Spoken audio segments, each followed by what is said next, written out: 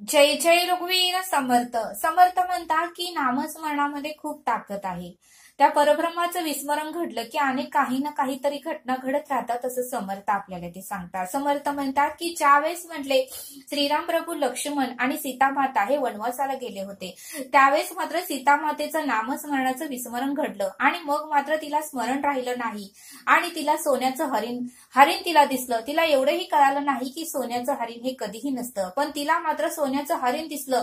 ती मायावी शक्ती तिच्या लक्षात आली नाही आणि त्याच्यामुळेच तिच्या आयुष्यामध्ये अनेक संकट आली असं समर्थ आपल्याला ते सांगतात. आणि म्हणून समर्थ म्हणतात की दुःखाचे दिवस असू द्या किंवा सुखाचे दिवस असू द्या, त्या परब्रह्माचं आपल्याला नाव नेहमी आपल्या मुखामध्ये घेता आलं पाहिजे असं समर्थ आपल्याला ते सांगतात. समर्थ म्हणतात की कोट्यावधी रुपये आहे, बंगला मोठा आहे, गाडी आहे, इस्टेट आहे, प्रॉपर्टी आहे, नोकर चाकर आहे, पण जर आपलं आरोग्यच उत्तमाचं नसेल तर काय उपयोग आहे. आणि म्हणूनच समर्थ म्हणतात की आरोग्य हीच आपली धनसंपदा आहे, आरोग्यच हीच आपली इन्व्हेस्टमेंट आहे असं समर्थ आपल्याला ते सांगतात. म्हणून समर्थ म्हणतात की वेळेचं नियोजन ठेवा. आपण ज्यावेळेस सकाळी 11 वाजता जेवतो तर त्या टायमाला जेवता आलं पाहिजे.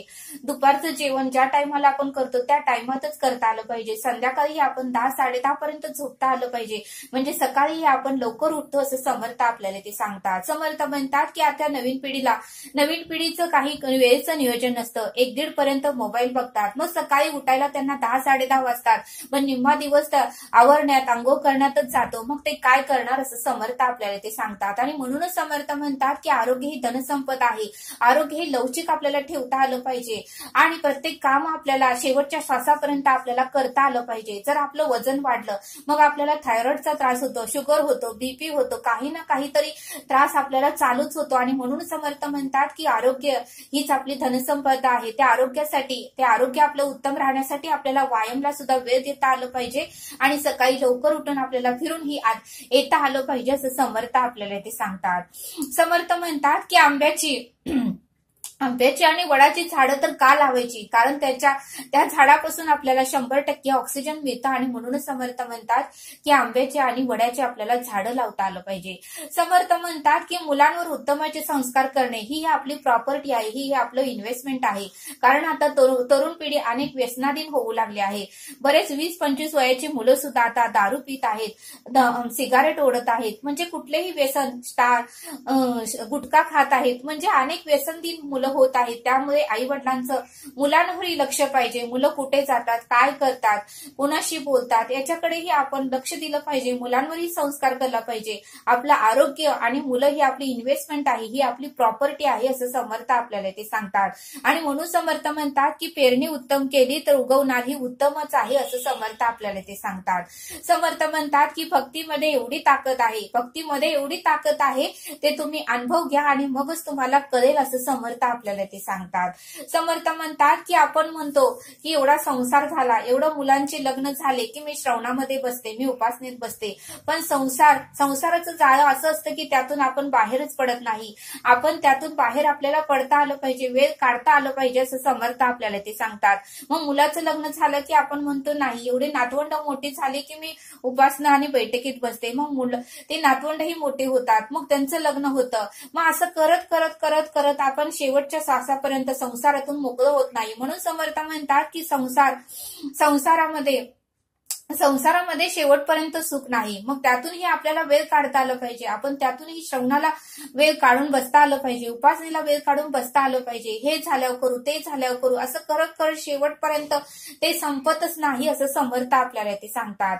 समर्थ म्हणतात की निंदा कोणाचीही करू नका. आपण ज्यावेळेस निंदा करतो त्यावेळेस आपलं पुण्य हे ज्या व्यक्तीचा आपण निंदा करतो त्या व्यक्तीच्या कार्डावर जाऊन पोहोचतं आणि ज्या व्यक्तीची आपण निंदा करतो त्याचं पाप आपल्या कार्डावर येतं. म्हणून समर्थ म्हणतात की निंदेचा भाग आपल्याकडे मुळीच नसावा असं समर्थ आपल्याला ते सांगतात. समर्थ म्हणतात की जिजाऊ जर 9ला उठली तर शिवबा कसं घडणार आहे. पूर्वीची जिजाऊ 5ला उठायची, म्हणून छत्रपती शिवाजी महाराज घडले असं समर्थ आपल्याला ते सांगतात. मुलांवर लवकर जर उत्तमाचे संस्कार करता आले पाहिजे तर आई वडिलांनी आधी उत्तमाचं लवकर उठता आलं पाहिजे, उत्तमाचं वागता आलं पाहिजे, उत्तमाचं 4 शब्द त्यांना सांगता आलं पाहिजे असं समर्थ आपल्याला ते सांगतात. समर्थ म्हणतात की ज्यावेळेस शिवाजी महाराजांना युद्ध करायचे होते त्यावेळेस त्यांची स्थिती केली होती, त्यांना सारखं नकारात्मक विचार येत होते. त्यावेळेस समर्थ रामदास स्वामींनी त्यांना 72 तास निरूपण सांगितलं. त्यावेळेस त्यांची स्थिती आली, त्यावेळेस ते युद्धामध्ये यशस्वी झाले आणि त्यांचाच विजय झाला असं समर्थ आपल्याला ते सांगतात.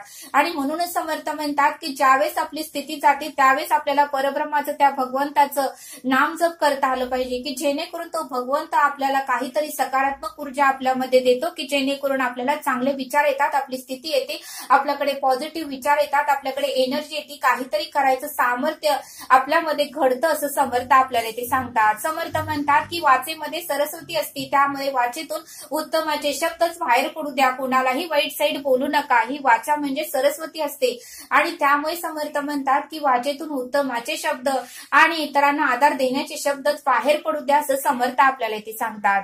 समर्थ म्हणतात की एखादी गोष्ट प्राप्त करण्यासाठी त्यामध्ये सातत्य पाहिजे, तत्पर पाहिजे आणि त्यामध्ये सावधही पाहिजे, तरच ती गोष्ट आपल्याला साध्य करता येते. जर आपण ती गोष्ट प्राप्त होत नाही म्हणून त्या गोष्टीकडे दुर्लक्ष केलं तर ती गोष्ट आपल्याला मिळणार नाही असं समर्थ आपल्याला ते सांगतात. आणि म्हणून समर्थ म्हणतात की कोणतीही गोष्ट सहजासहजी मिळत नाही, त्यासाठी त्रास, कष्ट आणि वेदना या सहन करावेच लागतात, तरच आपल्याला यश येतं असं समर्थ आपल्याला ते सांगतात. समर्थ म्हणतात की नेहमी आपली संगत ही चांगली पाहिजे. बघा म्हणले समर्थ, दुधाचा संपर्क जर मिठाशी आला, दुधाचा संपर्क जर मिठाशी आला तर दूध हे काही थोड्या वेळाने तर खराब होतं, पण त्याच दुधाचा संपर्क जर साखरेशी आला तर ते दूध गोड राहतं, अमृत होतं असं समर्थ आपल्याला ते सांगतात. आणि म्हणून समर्थ म्हणतात की आपलंही तसंच आहे. आपलं जर सात्विक व्यक्तींशी, लोकांच्या जर संवादामध्ये असलो किंवा त्यांच्या बरोबर जर असलो तरच आपल्यामध्येही उत्तमाचे गुण येणार आहे. आपण जर सात्विक आणि उत्तमाचे संस्कार नसणाऱ्या लोकांच्या संपर्कात आलो तर आपणही त्यांच्यासारखंच बनणार आहे. आणि म्हणून समर्थ म्हणतात की सदासंगती सज्जनाची धरावी. समर्थ म्हणतात की बुद्धी ही तल्लख ठेवा, आपलं शरीर ही लवचिक ठेवा, शेवटच्या श्वासापर्यंत आपण स्वतः आपली सर्व कामं करता आलं पाहिजे. आपला जरी मृत्यू झाला तर शेजारची व्यक्ती म्हटली पाहिजे आता तर माझ्याशी बोलून गेली, असं कसं घडलं, असं व्हावं असं समर्थ आपल्याला ते सांगतात. म्हणून समर्थ म्हणतात की आतापर्यंत आपल्या आरोग्याची काळजी घ्या, व्यायाम करा आणि आपलं शरीर लवचिक ठेवा असं समर्थांनी आपल्याला ते सांगितलं.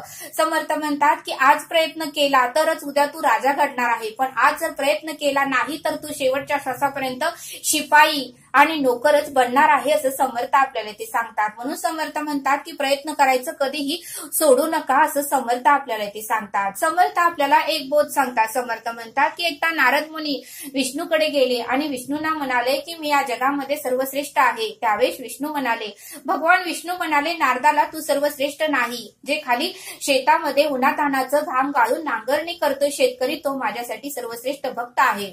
त्यावेळेस नारद म्हणाला, हे विष्णुदेव तो कसा काय श्रेष्ठ आहे, आमच्या दोघांची परीक्षा घ्या आणि कोण या परीक्षेमध्ये पास होते तोच श्रेष्ठ आहे असं समजूया. त्यावेळेस मात्र विष्णू म्हणाले ठीक आहे.